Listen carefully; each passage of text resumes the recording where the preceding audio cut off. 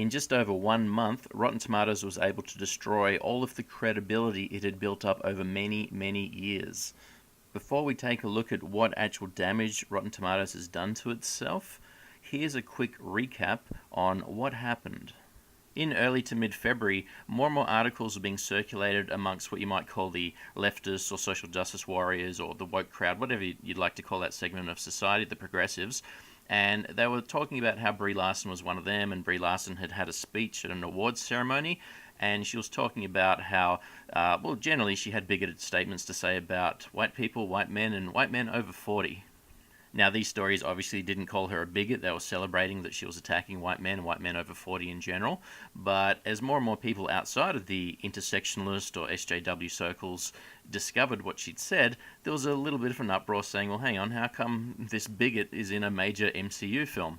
And so the leftists or the social justice warriors then defended Brie Larson and called anyone that attacked her a sexist or a racist, or they called them bigots in turn. Whereas the other people obviously were just doubling down, saying, no, Brie Larson is the bigot and the racist and the sexist, and here's her actual words. And YouTube had lots of people making videos going, here are her actual words. And it had a lot of people on the other side saying, no, her words are taken out of context. She never said what it says that she actually said. But what actually happened after that was the want to see score on Rotten Tomatoes website for Captain Marvel tanked all the way down to here. So it dropped all the way down to 27% after a lot of people started voting saying, I don't want to see that film. On the 26th of February, or maybe late on the 25th of February, Rotten Tomatoes changed their entire website and removed the not interested button, the I do not want to see button. So you can see here's a picture from the 25th of February where the score dropped down to 27%, and some people have reported it dropped down to 25. I personally just saw 27, but maybe it was 25%. And there are two buttons underneath here when you look at a film. It had not interested and want to see. And you could just say, I don't want to see a film, or I do. And they didn't like the number of people saying they don't want to see the film because obviously 27% looks pretty bad. So they removed that button. The not interested button was removed.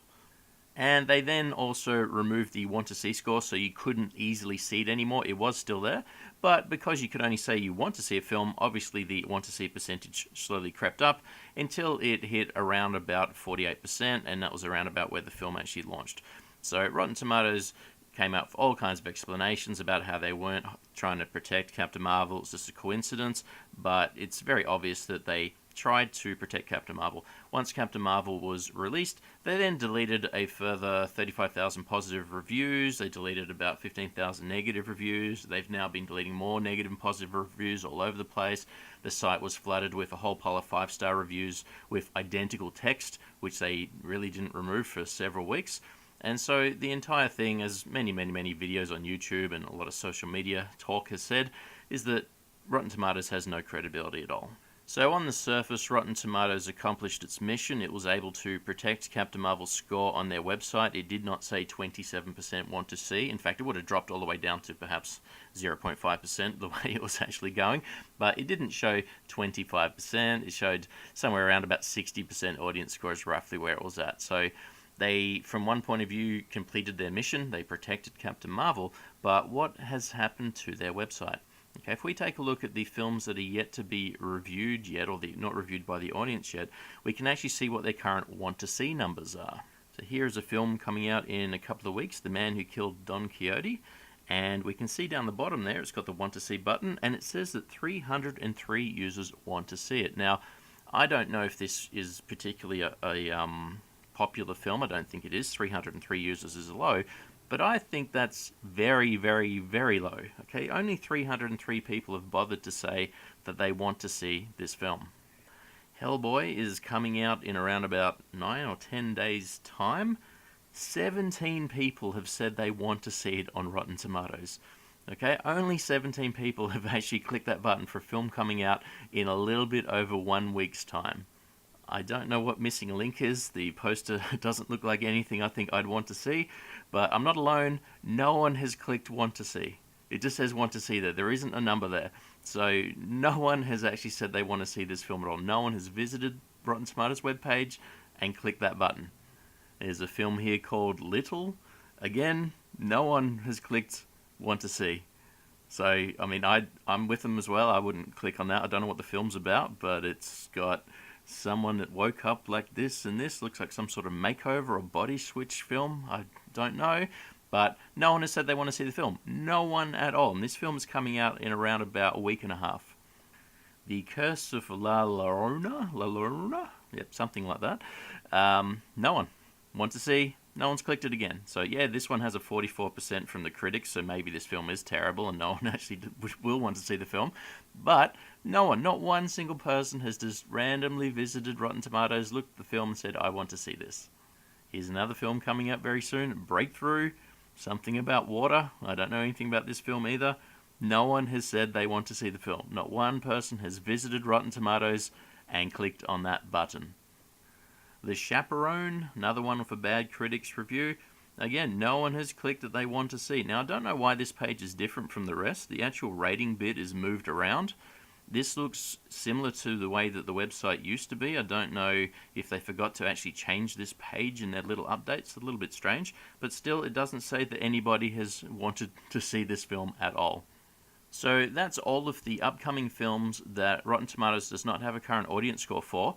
So they're all of the current films that you can actually see who wants to see them. And I'm not saying they're great films, so I'm not expecting any of those films to have a large number, but 300 was the best. 300 people. It sounds very, very low. The rest, some of them had no one. No one at all had visited their website to click on it. Now, there is one film coming out very soon that will be very, very big. Okay, Avengers Endgame. This is where Avengers Endgame currently sits at the moment. We have 12,000 people have said that they want to see the film, so that sounds a lot more reasonable. 12,000 people have visited and decided to vote for it so far, and it's still got around about 20 days left until it's out, so that number should grow from there. But is 12,000 a good number or a bad number? Is that the kind of votes it was getting before they shielded Captain Marvel and they've been known now to have ruined their reputation? Or is this on track with what they were getting before and no one actually cares what Rotten Tomatoes has done and they're just getting the same number of traffic? Well, here's where Rotten Tomatoes had Captain Marvel about 20 days before it launched. So around about the same period of time from now until Endgame comes out. This is what Rotten Tomatoes had, and you can see here this is before the little stories about Brie Larson started getting circulated in the non-woke circles. It was sitting on 87% want to see before it died down a little bit later, all the way down to 27%. But you can see that it had 3,600 votes. So 20 days before Captain Marvel was out, 3,000 people said that they want to see it, and 20 days before Endgame, we've got 12,000 people, and so you might say, well, that's fine. Captain Marvel's making nearly $1 billion, and Endgame's going to make some more money than that. So Endgame has 4 times the number of votes at the same point in time. Doesn't really sound like their website's dying. Okay, sounds like no one's really caring. But if we use the Wayback Machine, and luckily some nice person captured a shot of Avengers Endgame on Rotten Tomatoes on the 26th of February. So this was right after they made their little change, and so that you can no longer say you don't want to see a film. And at that point in time, Avengers Endgame had 10,000 people saying they want to see the film. So 10,000 people said, yep, I'd like to see that film, before it was widely known that Rotten Tomatoes is a complete sham. And so in the nearly 40 days since that happened, Avengers Endgame has only managed to get an additional 2,000 votes. Okay, normally the votes should be going up and up and up the closer that a film's release happens. So we had 10,000 votes with a couple of months to go, and now with less than a month to go, we've got 12,000 votes. Okay, there is a massive drop-off in the number of people willing to visit Rotten Tomatoes and willing to vote for the film. Now, I don't think this is an indication that Endgame's got less hype than it would have normally had and it's going to fail. This is an indication that people aren't visiting Rotten Tomatoes, and it seems to have maybe happened after the 26th of February, which is coincidentally when they went and changed their entire website to protect Captain Marvel. So other than no one bothering to vote to say that they want to see a film on Rotten Tomatoes, what else can we look at to see what's happened to the Rotten Tomatoes traffic? Well, to begin with, if we go to Alexa and we just look at IMDb as a baseline, okay, IMDb, very popular website about movies, and we can see that generally in the last couple of months, IMDb's moved up a little bit. So it doesn't look like general interest in movies is dying. If that went down a bit, you could argue that, people care a bit less about movies than normal. It looks like they're sort of caring a little bit more than in the previous 6 months. So a little bit of extra interest on IMDb. And here is Alexa's traffic result for RottenTomatoes.com. Now, we can see on the right-hand side that it has dropped 199 places in the last month. So globally, it's 602nd right now. It was somewhere around 400th biggest website in the world, and it's on number 310 for the United States right now. The graph on the left makes it very clear traffic has died at Rotten Tomatoes. Now, what it does show, interestingly enough, though, is traffic started dying in January. So January had a drop-off, and then there is a very small pause around about roughly the 26th or 25th, and then the drop-off continues at about the same rate. And so something bad was already happening in January. I have no idea what the story is with that. As we saw from IMDb, films in general were still getting looked at on IMDb, but Rotten Tomatoes saw a drastic reduction in traffic starting in January, sort of a tiny little pause around about when all these shenanigans happened, and then it went back down again and dropped a lot more, and it has dropped 200 places, which is pretty horrendous for their whole website. Fandango is the company that owns Rotten Tomatoes. Fandango sells movie tickets. It's a complete conflict of interest to have a website or a business that sells movie tickets and then has a movie ranking site that allows people to vote on movies. Completely ridiculous to allow those two things to happen, but nonetheless, this is the parent company of Rotten Tomatoes, and we can see that the traffic for Fandango kind of died a lot in 2018. It recovered a bit in January, and then it went down pretty much where I think February 26th is. It looks to be pretty close where February 26th would have been. It dropped down, it recovered back up again a little bit, and it's dropped down some more. So Fandango itself hasn't really came out of this in some sort of fantastic web traffic numbers for what they've actually done with Rotten Tomatoes, and it's had a little bit of a decline as well. And lastly here, Metacritic is another review site. It does a lot of games as well as movies, so it's not quite one-for-one comparison between Metacritic and Rotten Tomatoes, but we can see that Metacritic generally was also dropping down for the year from January, just like Rotten Tomatoes was, and then at the end of February, it looks like it's had a bit of an uptick, which I would assume that's people that used to go to Rotten Tomatoes, and they've decided to now go to Metacritic because Rotten Tomatoes is a complete sham. Okay, so maybe that's not what it is. Maybe it's a coincidence that around about the end of February this ticked up. But I think it isn't. I think it's not a coincidence. I think people have went to Metacritic who would not normally go there, and they've abandoned Rotten Tomatoes. So here again, in the little graphic form that Alexa shows us, this is the aftermath of Rotten Tomatoes behavior. They have had a short-term gain. They have protected Captain Marvel's audience score from being savage down to where it probably should fairly be. The film itself, if you read the reviews, isn't good.